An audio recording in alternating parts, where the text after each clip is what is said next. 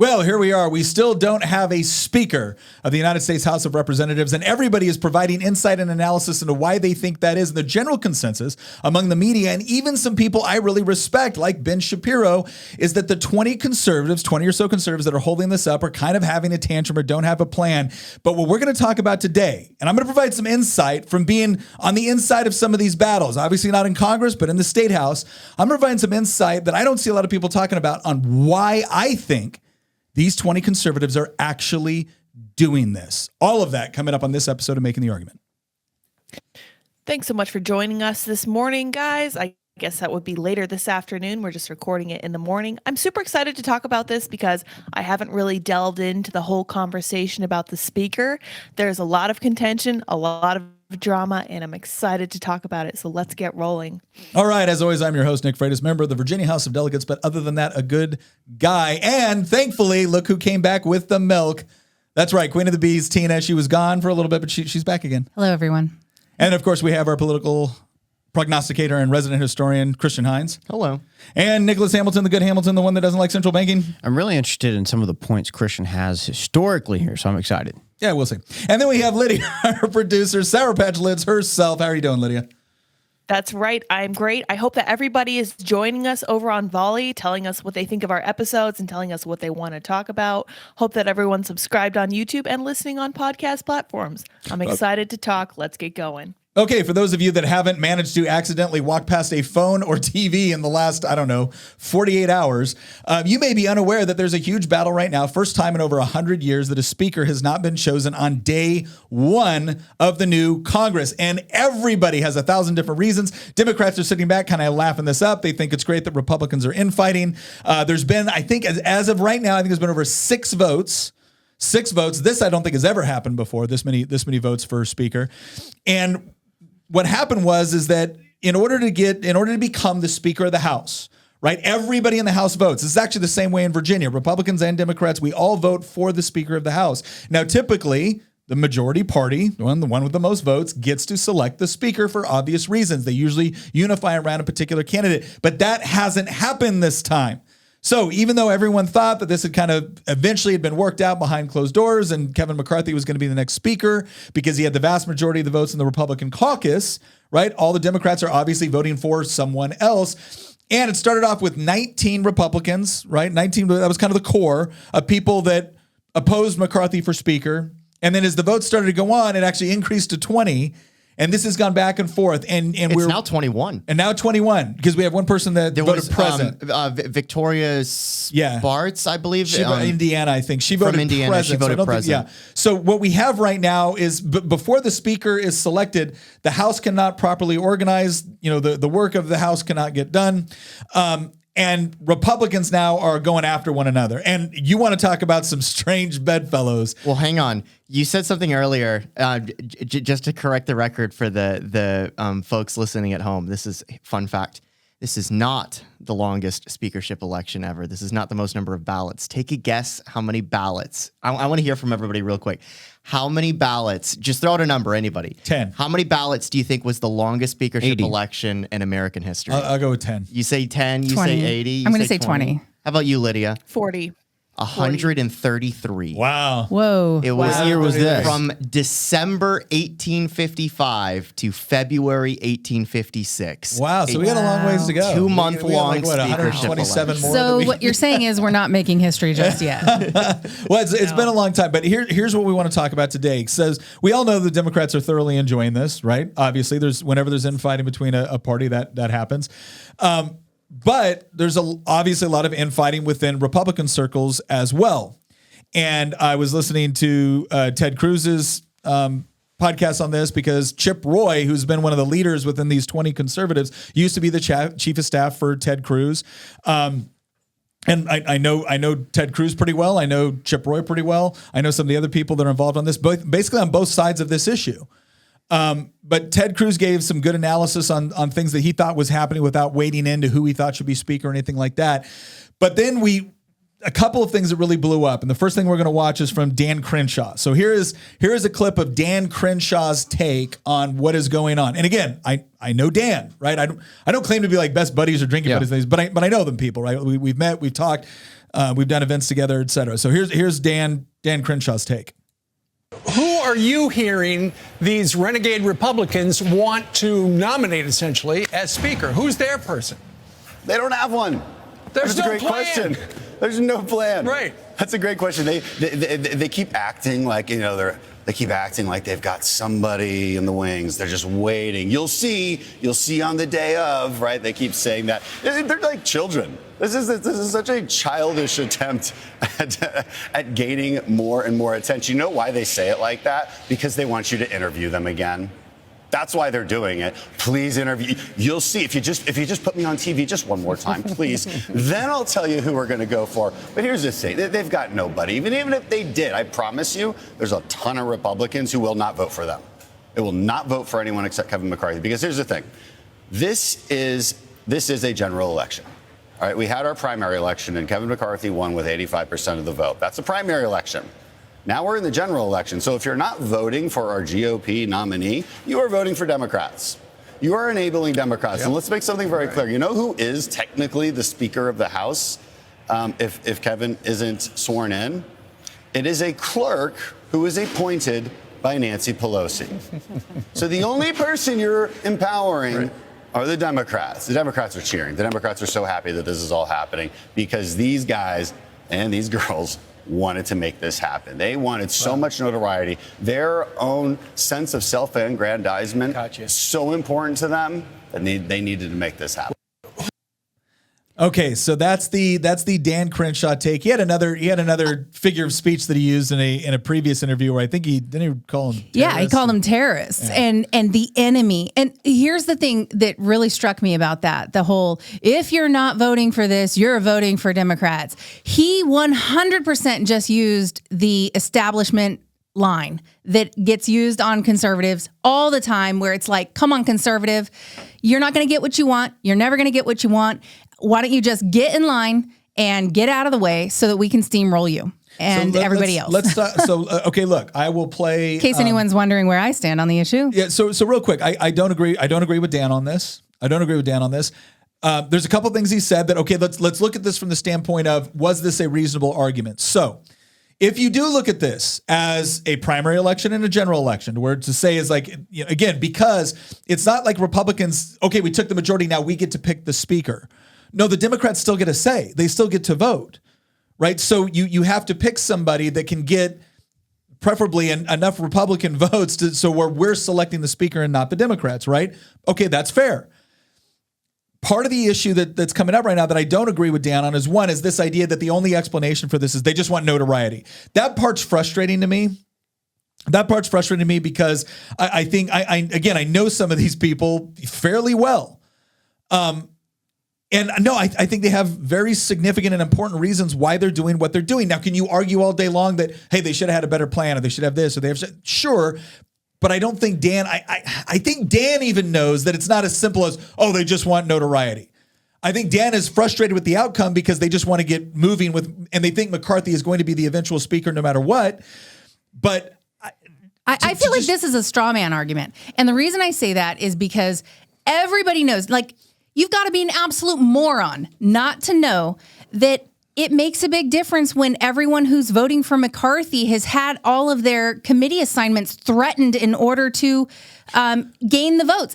I mean, that's the speculation. No. Like, what I'm saying is that most of these people, as long as he's on the ballot, they're not going to go against him. He's like, oh, this was, a general election. We already had the primary election. Well, when you're faced with like political ruin and not being able to do anything for a general election and everyone knows who's voting for who, yeah, they're voting out of fear for this guy. I really don't think that everyone is so loyal to McCarthy like this. What it is they're afraid not to vote for him because he'll strip away their committee assignments. He will, mess them up all across the board with all of their legislation. I mean, this guy operates off of threats, and I think we already know that. Well, here's, again, part of the speculation, this came out in Ted Cruz's podcast too, was that he got word that when this wasn't going down the way that they wanted, apparently, and again, I can't confirm this, allegedly, but apparently, House leadership did come in and essentially threaten the people that were not getting on board with their committee assignments. And I will tell you this, I don't know if that happened, but it's plausible as hell. Yeah, it is. It is absolutely plausible. And the other thing too that I think is part of the miscalculation at this point is this is kind of how this has always worked, right? If you violate what the caucus has decided is going to be the leadership, if you violate that, or if you push back or you do something that they don't like, then you risk losing committee assignments, right? Or you risk support during your election year, or you risk somebody advocating for a primary challenger against you. And I think we've gotten to a point, and this is what we're going to get into a little bit later, I think we've gotten to a point where there's enough people in Congress that are essentially willing to say, do it. Right. Do it. If it means I can expose some of the crap that is going on behind the scenes, go ahead and do it. Now, you can debate all day long on whether or not you think this is the mechanism to do it, but I would argue that for many of these guys, this is one of the only ways that they can actually hit above their weight. It's their only opportunity to take a stand. And everybody knows McCarthy is, I mean, the guy is the pinnacle of what the establishment is. And it's amazing to me because I'm watching all of these people that are typically really conservative and the whole deal, going, let's just get this over with. Come on, you guys, stop having your tantrum. Well, and I'm going, there's a reason really? Why.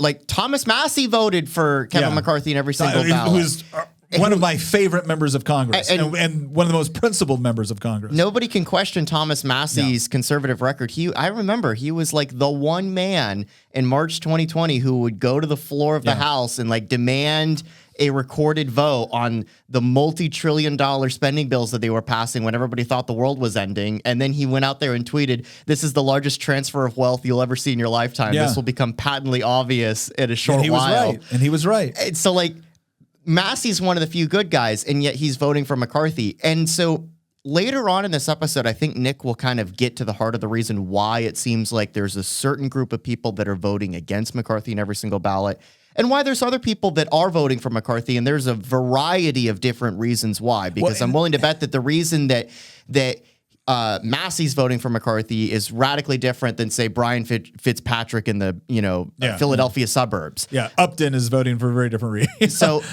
like, or was there's another clip though that I showed Hamilton yesterday? It's great. And I don't think anybody here other than Hamilton and I don't think Lydia has seen it, I don't think Tina has seen it, and I don't think Nick has seen it. Mm-hmm. And this is the last, 15 seconds of this video of Chip Roy speaking about why he's leading let's this. do that, because so many people are saying that there's no plan. We don't know what they actually want. They don't know any of it. So, all right. So we heard from Dan Crenshaw.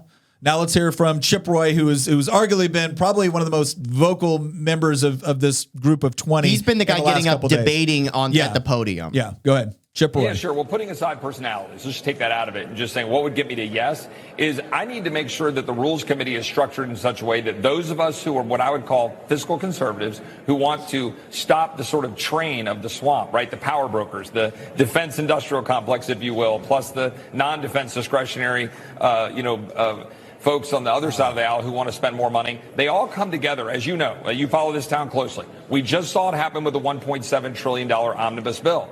Without debating the merits of any particular substance in the bill, we can't keep doing that. It was a 10% increase in defense, a 6% increase in non-defense discretionary, $45 billion for Ukraine, $41 billion for emergency spending. None of that extra spending was paid for.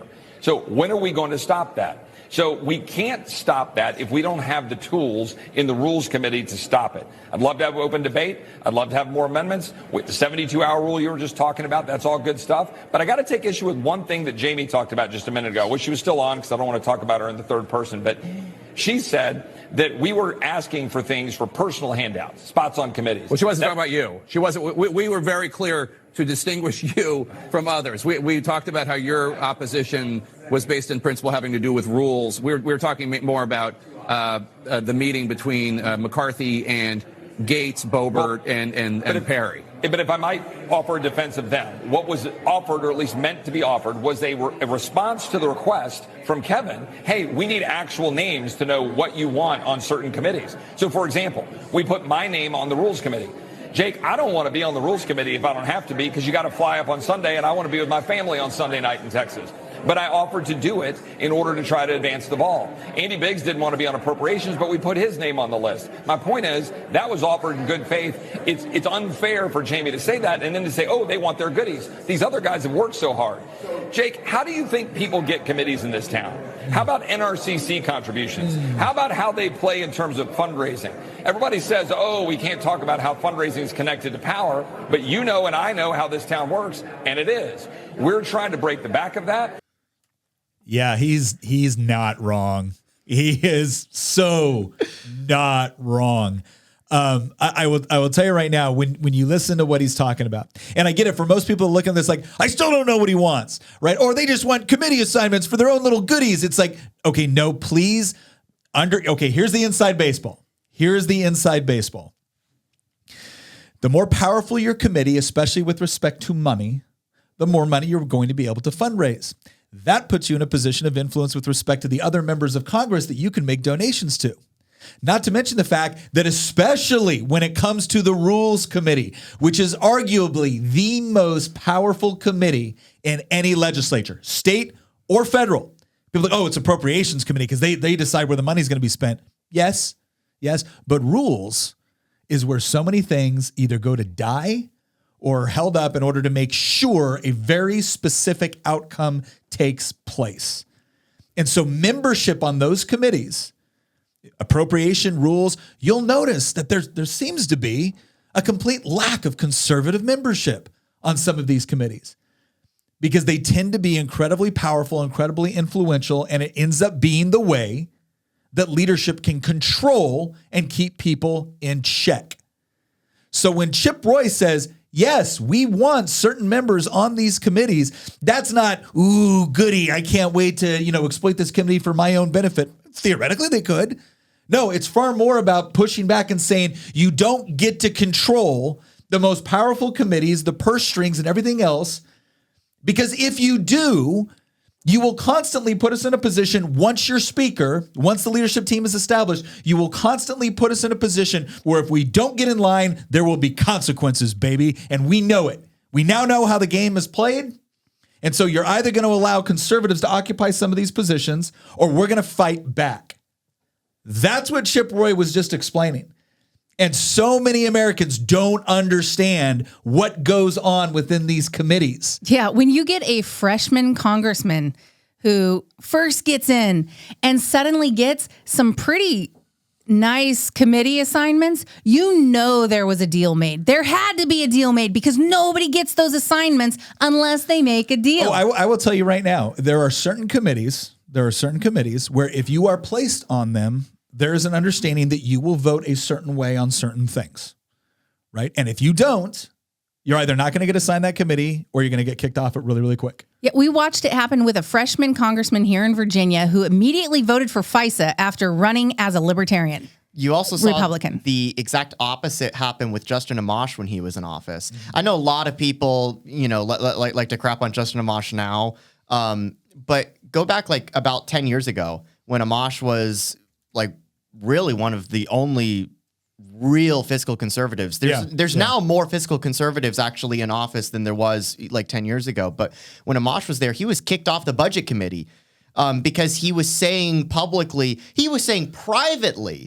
some of the stuff that Chip Roy was just saying publicly, like about the military industrial complex and the $1.7 trillion omnibus. By the way, good on Chip Roy. I say this as a veteran. I say this as a combat veteran. I say this as a huge supporter of our men and women in uniform. The defense budget has gotten crazy. And it's been that way for a long time. And it ends up being one of these ways that Republicans end up just throwing out fiscal responsibility. They throw fiscal responsibility right out the window, and we want more money for defense. Look, defense is actually one of the few, big budgetary items that the federal government should be responsible for. But if you look at the way the defense dollars are allocated, it's allocated far more based off of political incentives than it is based off of what is actually best for the security of our country and the safety and training of our troops. So the fact that he was willing to call out defense, because what is the typical liberal response whenever we talk about fiscal responsibility? Oh, sure, unless it's tanks and bombs and B-2s, Okay, there's Chip Roy saying what needs to be said is like, no, we need to look at all of it to include defense, especially some of the wasteful defense spending that we've engaged in. So I'm sorry, but and this goes back to what Crenshaw was saying, right? They just want notoriety. If they're going to use the notoriety from this to call attention to the way that the committee structures work, to the way that some of the fundraising work, to the way that some people get manipulated in particular positions to vote for things they wouldn't otherwise do, to point out the fact that there are some bills that will never make it to the floor, much less a committee where it will actually be heard on its merits. If they're going to use their notoriety to do that, God bless them. Because honestly, any other time of the year when they do it, think about this. If they would have chosen to do this, these 20 people could have stood up and screamed till they were blue in the face for the whole rest of the year after, and nobody would have cared. Nobody would have paid attention. Nobody would ask them why they're doing this. It would have all been white noise.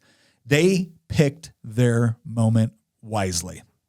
And the question is, and what you're seeing right now, is that there is a massive move to make this look like this is nothing but a bunch of media whores. Oh, they're making it look like they're throwing a temper tantrum. But when I sift through all the videos out there and all the quotes out there, the ones that are having a tantrum right now are all the McCarthy folks.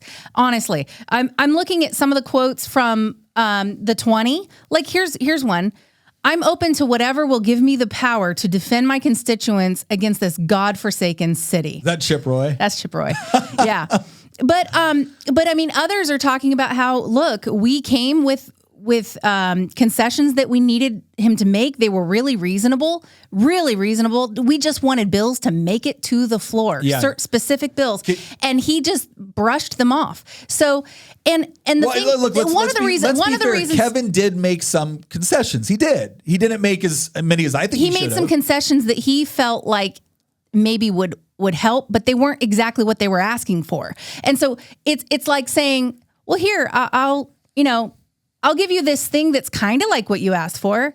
And it's not the same thing. And one thing that we've learned, and we were just talking about it last night, that conservatives constantly it's the stick and the carrot. The carrot is constantly used for moderates to lure them over, to get them to maybe vote right once in a while. And the stick is used to bludgeon all the conservatives into shutting up and just getting in line.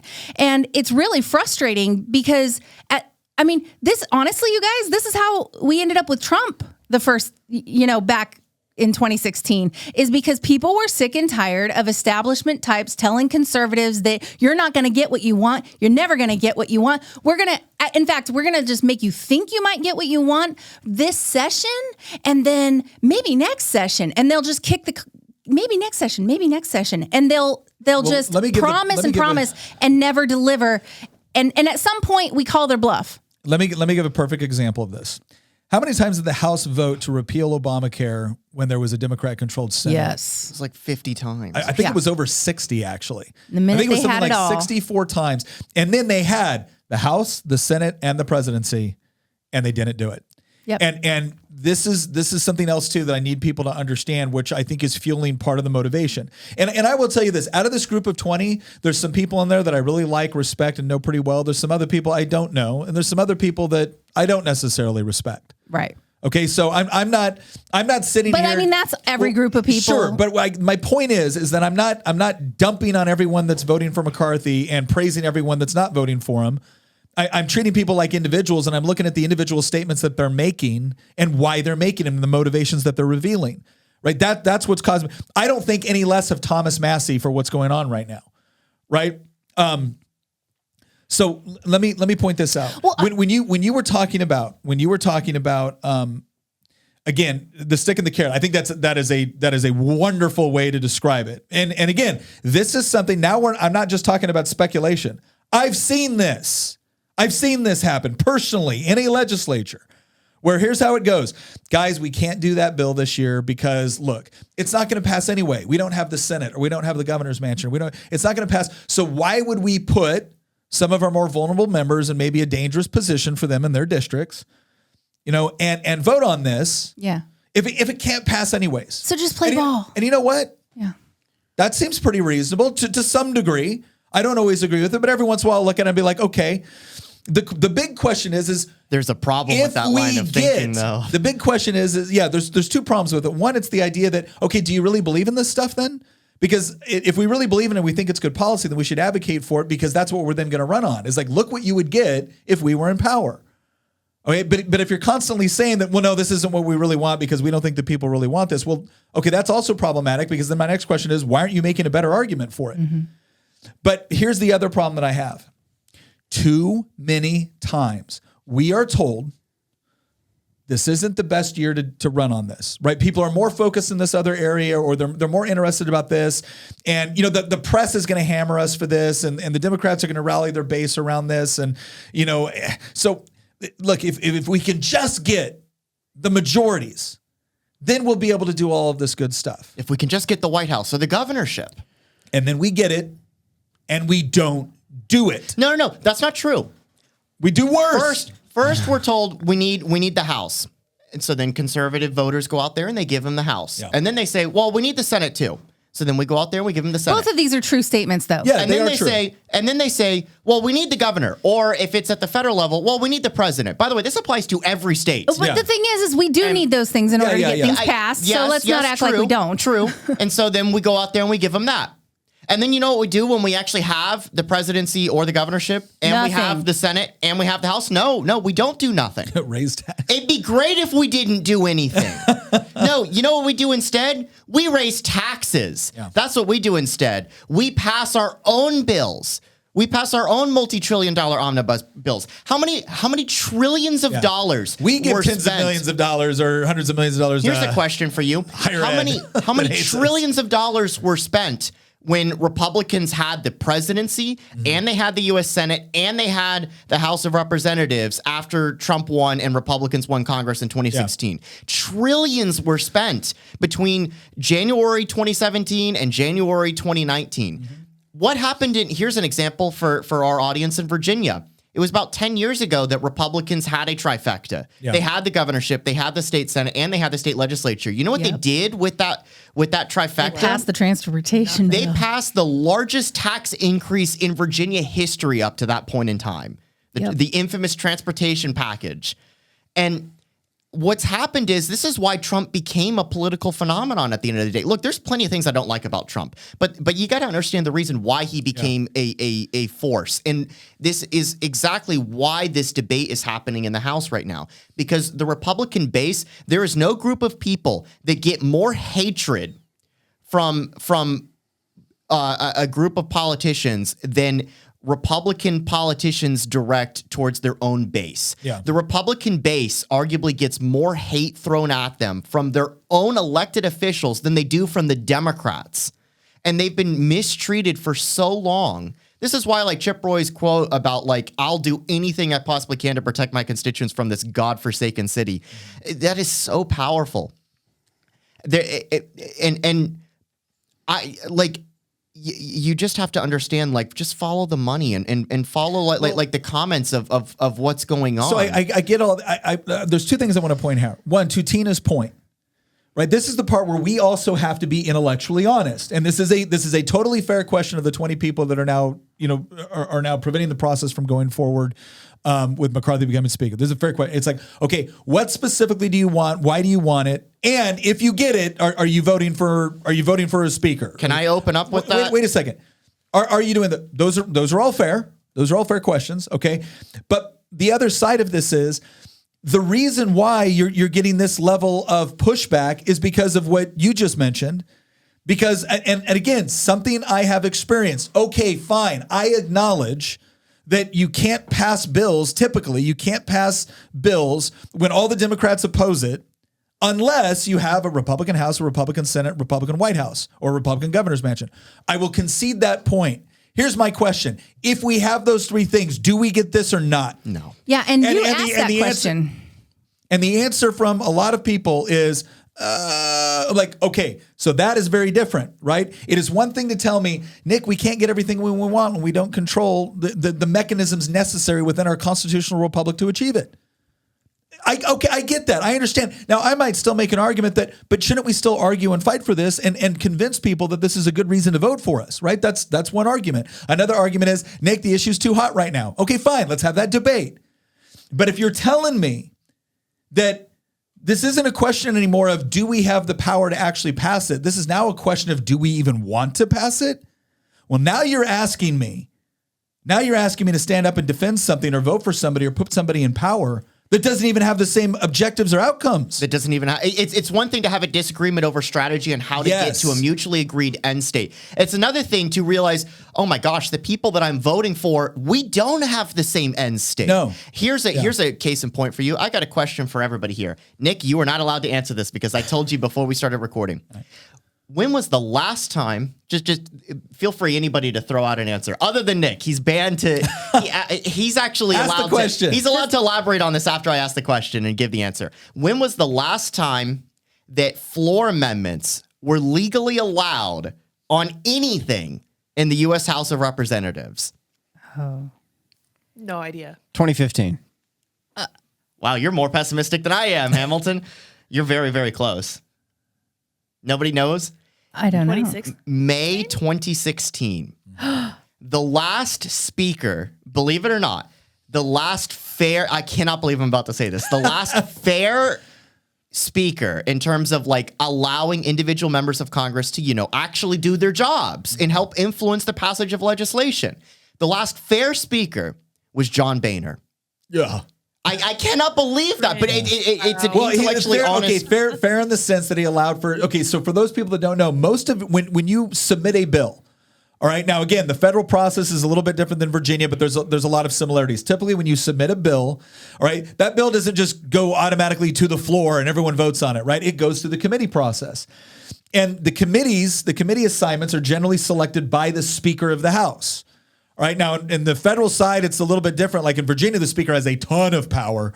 In the House on the federal side, they still got a lot of power, but usually they let each caucus pick their own members that they want to serve on that committee. Okay, we don't do that in Virginia. Speaker gets to pick all of the committee only to a memberships. point. Remember, Marjorie Taylor Greene was thrown off of her committees. Yes, but the point is, you can go in there, you select the members of the committee, and that's where the amendment process starts. So you go to your subcommittee. Right. So let's say you got a transportation bill. We'll pick something not that controversial. It'll go to the subcommittee on the interstate or whatever. And you'll go through there and you argue on why this transportation bill needs to take place. And people sit there and debate like, well, I think this is a problem. I think we maybe need to change this. And then we have some changes that are significant, some changes that are minor. And then it goes up to the full committee. And then if it passes out of the full committee, then it goes to the floor for a vote. And if it passes that house, then it goes to the other legislative body, right? The Senate, right? And you go through the same process, essentially. Mm-hmm. That is the basic makeup of how this process works. That's not how Congress works anymore. Now, you can do what they call floor amendments. And in the Virginia House, and again, I will actually give Virginia a lot of credit with respect to some of the rules that we have in place, with some of the rules that our speaker puts in place that have been in place through multiple administrations on, like we have is about as close as you can get to one issue per bill. Yeah, germane. Which is essential, germaneness issues on legislation. The other thing too is we offer floor amendments. So you can offer a floor amendment. Now, the chances of a floor amendment passing are usually pretty low compared to one that's gone through the system, unless it's been agreed upon by the patron. But you can still do it, and it's a way that you interact and have this debate. What Chip Roy and everyone else is talking about is go watch what's going on the House floor when they're actually debating an issue. There'll be like 12 people on the floor actually watching that. Now, you go watch it in the House in Virginia, you got all 100 members sitting right there engaging in the floor debate.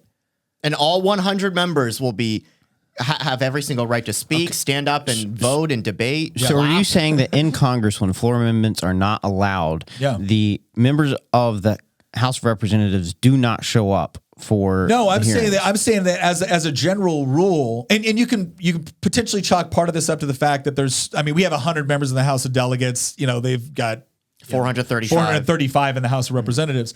But no, in most of the cases where you're watching these floor debates, unless it's something like really, really like earth-shattering and significant, when that C-SPAN camera pans back, there's hardly any members there.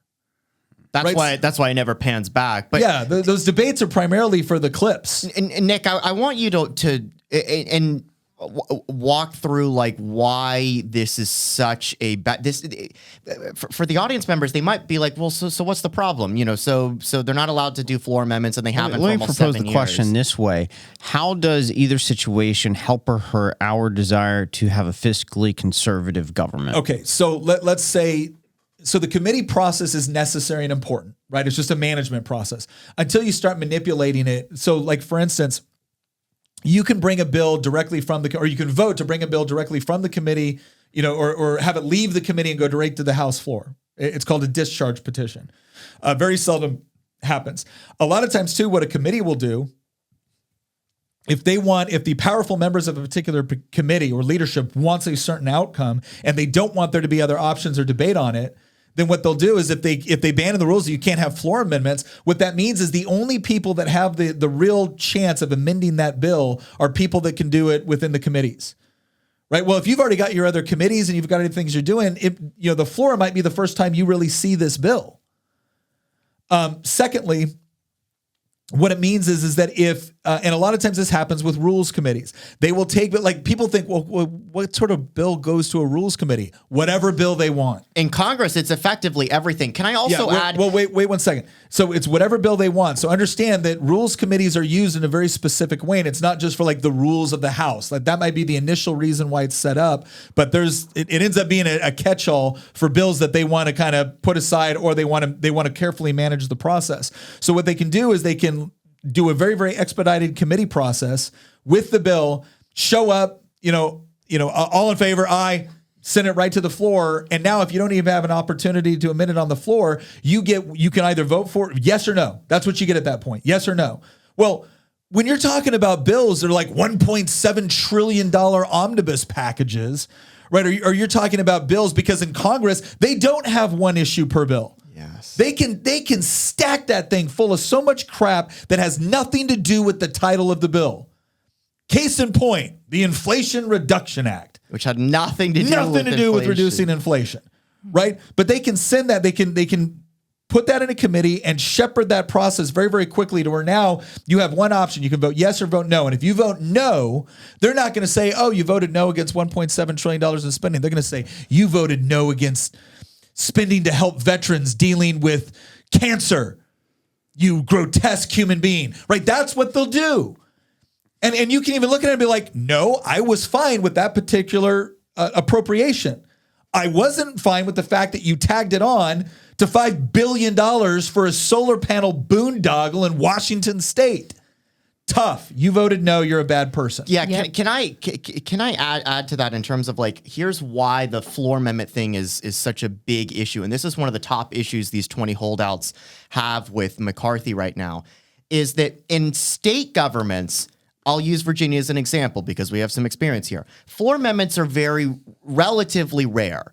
And the reason why is because we have one issue per bill. So there's much less of a need to have it. You already know whether or not you're going to vote for the bill or not because it's only talking about one topic. You either support that topic or that approach to answering that topic or you don't. And so then you vote yes or no. And so it's very rare that you have floor amendments that even need to be debated. But nonetheless, every member still has the ability to introduce a floor amendment if they want to. Every single member individually can. And Congress, under the current rule structure that's been in place since Paul Ryan, which Nancy Pelosi kept in place, and which McCarthy up until it was Republicans that did it up until just a few hours ago wanted to also keep in place, the system that's been around for 7 years that did not exist for the previous 200 years before, was that any individual member could offer a floor amendment. And here's why this is so important, and it's not as big of a deal at the state level. It's because in Congress, you can have a bill that will be touching on 500 things. It's these omnibus. That's how everything is passed now, is through these omnibus bills, these 2,000-page long bills that will be having literally trillions of dollars worth of appropriations stuffed into the bill. And so having floor amendments is important because if you're an individual member of Congress, you probably never had the opportunity to vote yes or no or to craft the bill in committee because the bill probably was in some sort of rules committee that's stacked with leadership appointees.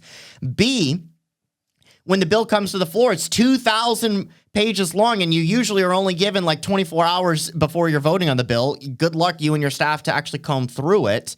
And so, and then you do find out, usually through third parties, what's in the bill. It'll be like some conservative think tank that'll be like, we found this, massive tax hike, or this horrible appropriation for, some morally objectionable thing like abortion in the bill. And so then you're a conservative congressman. How, are you going to vote yes or no on it? Well, you only get a choice to vote yes or no on it because you're not allowed to offer any amendment to alter the bill. Let's say that there's an amendment to pull an expenditure out that a majority of your party that's in the majority would vote for, because they would never go to the primary voters and say, oh yeah, I voted to keep in the, $1 billion appropriation to Planned Parenthood in the bill. They would never tell their primary voter that. So you have a floor amendment to pull that out. But you're not allowed to introduce it because the rules don't allow you to do so. And since you weren't on the rules committee that actually crafted the legislation, you only get one vote in the entire process, and that's yes or no for the entire thing. And if you vote no on it, then you're going to get attacked in either the primary or the general election for voting against.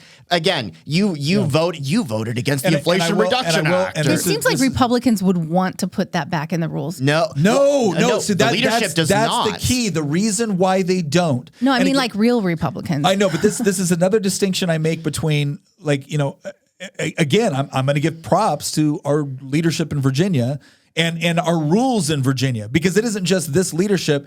We had germaneness rules and everything like that long before this. Part of the reason why they always want to be able to keep that certain modicum of control is because it ends up being a fail-safe, right? It ends up being a mechanism that they can use to kind of keep everybody in line. Now, look, any organization where you have, quote, leadership is going to want to be able to exercise some amount of control over the caucus. I don't have a problem with that. Right? Think about it. There's no such thing as an organization that can operate effectively if there is no organization, or if there is no, leadership to that organization. I get all of that. The question is the extent to which it has been used, and especially up in Congress at the federal level, where they can just jam-pack these bills full of things that have nothing to do with the actual headline. And then they can come on and they can use national level fundraising assets and national level media assets to crush you into submission if you don't do it. That is a problem. And again, it's not like nobody's talked about this problem. There was a whole HBO special called The Swamp, which featured people like Tom Garrett and Thomas Massey and some of these other guys saying, this is what's actually going on behind the scenes. How many people saw it? Right? How many people saw any of this? The first time most people in America that even pay attention in politics are hearing about things like, what do you mean a vote to vacate the seat, vacate the chairman? What do you mean? The most time they ever is right now. Why? Because the circumstances surrounding the discussions are so consequential to Congress. So you can go and say, oh, they don't have a plan. Oh, they don't have another person. Oh, they don't have They use the mechanism that they had to draw attention to things that desperately need to be better understood by people that are getting steamrolled by a federal government that has found numerous ways to work the system. Everybody wants to know, how do they get away with this? They're telling you. They're telling you right now how they get away with this. They're telling you right now how the machine always wins. So, look, I'm not asking you to like every individual member of the 20 people. I'm not asking you to like them. I'm not asking you to think that, I'm not saying that Kevin McCarthy's an evil. I'm not saying any of that. But my gosh, can we at least respect for a second that most people wouldn't even know what any of these things meant or what these terms stood for, or the problems that are happening, or the systemic problems that lead to all of the results they don't like. That's been one of the biggest problems. People will see the vote, they will see the bill, they will see the end state, and they'll be like, how could this have happened? They're telling you now. And they had to use this mechanism in order to tell you, because otherwise no one was going to listen. And leadership is using their favorite messengers to go out and whip the people in order to whip their members. And this is the way it works. It's this guy's not falling in line, and let's put out our best messenger to go talk to the media in order to convince people to call their legislator and to change their vote.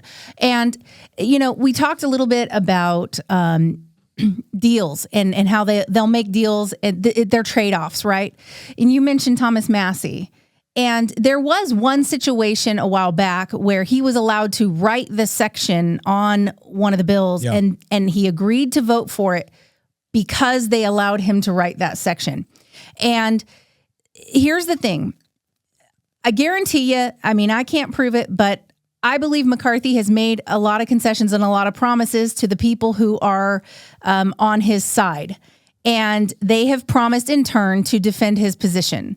And so that's what you're seeing. And a lot of these people have a great reason for sticking to McCarthy because they've been promised what they want.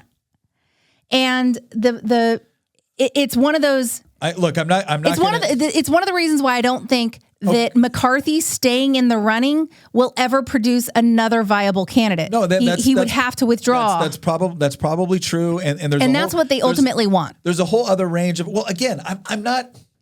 This is the thing I want to stay away from. I don't want to assume the intentions of everybody that's supporting McCarthy, and I don't want to assume the intentions of everybody that's opposing McCarthy, except to the extent where they've articulated their intentions.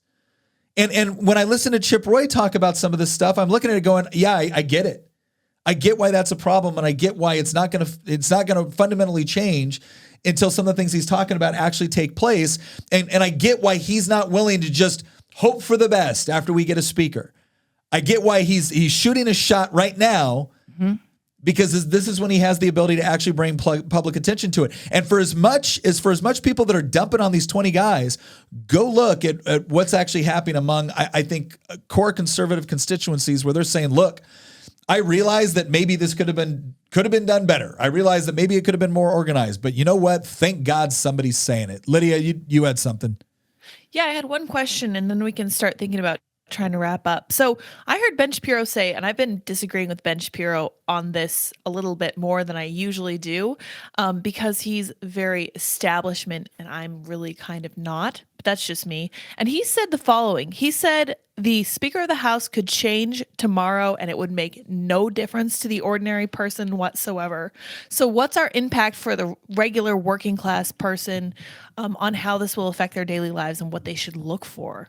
Well, I think what Ben is saying there is that if you had Kevin McCarthy or Steve Scalise, now obviously if you pick Jeffries, right? If there's a Democrat speaker, that has a much more significant impact. But if you could, let's just say you randomly walked into the Republican caucus, threw a rock, and whoever it hit was the new Speaker of the House, right? Would there be a significant difference between three other people that you could have hit with that rock? Probably not, right? Probably not. Now, obviously, you get a much more significant difference from, say, if you were to select a Jim Jordan versus, a far more, moderate or even left-leaning Republican. Obviously, that would have a serious impact. So I think what Ben's saying is that for the day-to-day American, you're going to wake up, you're going to go to work tomorrow, you're going to do X, Y, or Z, and the biggest impact is whether or not Congress is actually able to go through its typical functions with respect to passing legislation, hopefully getting budgets, at the very least doing, what's the term? It just escaped me. The continuing resolution. Continuing resolutions. Yeah, continuing resolutions for spending and things like that. But again, overall, disagree with Ben to the extent I think what he's saying is that we're not going to get Jim Jordan. We're not going to get Andy Biggs. We're not going to get Chip Roy. We're not going to get that as speaker because, to Dan Crenshaw's point, the Democrats have a say in who the speaker is. It's not just Republicans choosing who that is. And so you're going to get somebody that it is palatable on some level to a majority of members of Congress. That's what you're going to get. And whoever you would get with that is not going to be that different from Kevin McCarthy, right? Unless this thing totally blows up. And I think what Ben is worried about is that it does totally blow up, and then all of a sudden we do get somebody that's significantly worse or not at all conservative. I think, again, there's some people that are chalking this all up to personality and personal relationships. And I will say this, I do understand that a caucus has to run like an organization and you have a hierarchy within that organization. I get all of that. But if I had real problems with something that I think were systemic and I was like, look, I'm not willing to be a part. I'm not willing to sit here quietly while this is done anymore. And you came in and you said, Nick, let's say Virginia didn't have one issue per bill, and now was our chance because we had Republican leadership and we could go in there and we could insist on one issue per bill, and that was going to have a positive impact on no matter who was in charge. It was going to have a positive impact. And you told me, Nick, that's never going to happen. I said, well, then I'm withholding my vote. I'm not going to support this until we can get something like this because this isn't for me. This is for everyone. And you said, well, then you're going to lose all your committee assignments. My attitude would probably be like, go ahead and take them away because you know what that'll give me a lot more time to do? Talk about this and what you just did. That's what it'll give me more time to do. So I think that really is pushing so much of this is that for so long now, it has always been, oh, wait till next year or wait till we have this or wait until this is in charge or wait, can we? And now we're talking about things that we do have the power to change. We can't get all the bills that we want passed, but we do have the power to make sure that certain bills get to the floor. We do have the power to make sure that there's sufficient rule changes to make sure that the process is more open, more transparent for people to understand what's going on. And if you're not even going to do those things, then now we're back to that original premise that I talked about. This is no longer something where you and I want the same thing, but we disagree on strategy or we disagree about or the mechanics necessary to make it happen. We now have the mechanics to make that happen. We have the power to do what we're talking about, and you still don't want to do it. So when will you ever want to do it? And if the answer is never, why am I voting for you to be my leadership? Yeah. Why should you play ball? Court. Why should you play ball? They'll do it when the laws of economics finally force them to do. So that's what I think. That's what I think is really. That's the sentiment I really think is behind all of this. I don't think it's, again, individuals. There may be some people that have nefarious purposes. There may be some individuals that would just something. But I really think what is fueling all of this is people saying now's the time to bring this to attention to a majority of Americans who would never otherwise hear the message. And if we don't do it now, we're culpable. And at the very least. Yeah. At the very least, nobody's going to say that we didn't say something when we had an opportunity to make an impact. Okay. Well, that's great. I think that really makes it applicable to the average person who's watching all this chaos and drama go down. As we start to wrap up, I really want to come back around to what exactly we think this Freedom Caucus of Republicans want to do, because I've seen so many sides of the issue on Twitter. I've seen people saying, oh, the Freedom Caucus, this is who they are. They're traitors or whatever. And it's just like, it's so overwrought. It's so overblown. And I can't help thinking that nobody is looking at these people as good faith actors who really actually want to change the course in Washington. Do you think that's the case? Do you think they are good faith actors, or is there an undercurrent of questionable motives here?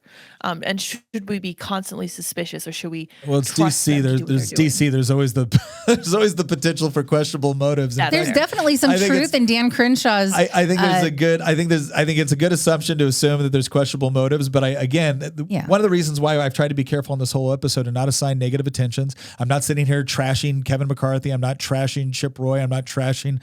I'm saying if anybody wants to have an honest conversation about this and have a better understanding of why certain people feel the way that I think Chip Roy feels, I hope I've explained that. I hope I've expressed that in a way where people could look at that and say, you know what? I might not agree with what Chip Roy's doing, but yeah, he's not doing it just because he wants attention. He actually is trying to point out something that is a problem. And that's all I want from this. And there are some that are going to latch on and try to get in front of the media and try to get this to go as far as it can for them politically. Yeah. There's a lot that just really love the camera, and that's what they want out of this. I'm sure. But ultimately, I think that everybody has slightly different motivations, and they've just found themselves on the same side of the issue. Well, there's different. Yeah, again, we always say politics makes for strange bedfellows, and that's because sometimes two people agree on something for entirely different reasons. And sometimes people disagree on things for entirely different reasons. I've been in those situations where there was maybe 2 or 3 no votes, and I was one of them, and somebody else on the other side is someone who philosophically I completely disagree with on most issues. And we were both voting our conscience, but for different reasons. And so, yes, I'm sure there are people that are motivated against McCarthy that might have less than honorable intention. I'm sure there's people that are supporting Kevin McCarthy that might have less than honorable intentions. I'm not here to assume all of their intentions. I'm here to hopefully explain why somebody that I do feel like I know a little bit better might be doing this, or why, if I was up there, I might find myself in this position right now. Can we actually end with a question that I have, which is, what would you do if you were in Congress? I would. That's good. I think You were almost there. and I actually We have a fun story about that. there's actually an interesting story that's kind of relevant to this from that, but I'm not going to get into that right now. Because I was adamant when I was running for Congress that I would not commit to vote for a particular speaker. Now, typically, I understand that when the caucus votes for a particular speaker, that's usually the appropriate process. That's usually the appropriate process to put forward somebody else that you think might be a better candidate, see what happens, and that way, when you show up on the floor, you're unified against somebody. But if we were dealing with the issues that we currently are in Congress right now, right? Again, if I was walking into the Virginia State Legislature and we didn't have one issue per bill, if you could literally just tack on whatever you wanted, and leadership had established a history over time and across parties where they were conducting themselves the way we're at the federal level, I'm sorry, I think I'd be standing there next to Chip Roy saying, you want me to vote for this person? Okay, but I want to see these structural changes. And these structural changes are not there to benefit me. These structural changes are not there to punish, the potential speaker. These structural changes are something that needs to take place because the American people deserve an open, transparent, and honest system. And if this was the only way I thought I could actually get people to hear that message, then yeah, I'd be standing there with the 20. By the same token, if leadership came forward and in good faith said, all right, we will do that, fine. I realize I'm not going to get everything I want. I realize that. I realize that there's a certain degree of compromise that is necessary within politics. I understand. I'm not going to compromise on things that I consider to be foundational principles. Voting for Kevin McCarthy for Speaker is not a violation of core fundamental principles, right? Which is why Thomas Massey has chosen to do it, because he thinks in the big scheme of things that's the best course of action going forward. And again, I trust Thomas Massey to be the sort of guy that's going to stand by his principles.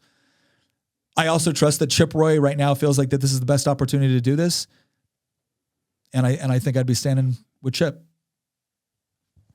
Wow. I think that's a good way to end it. I love great. that Alrighty. That answer to that question right there was pretty good.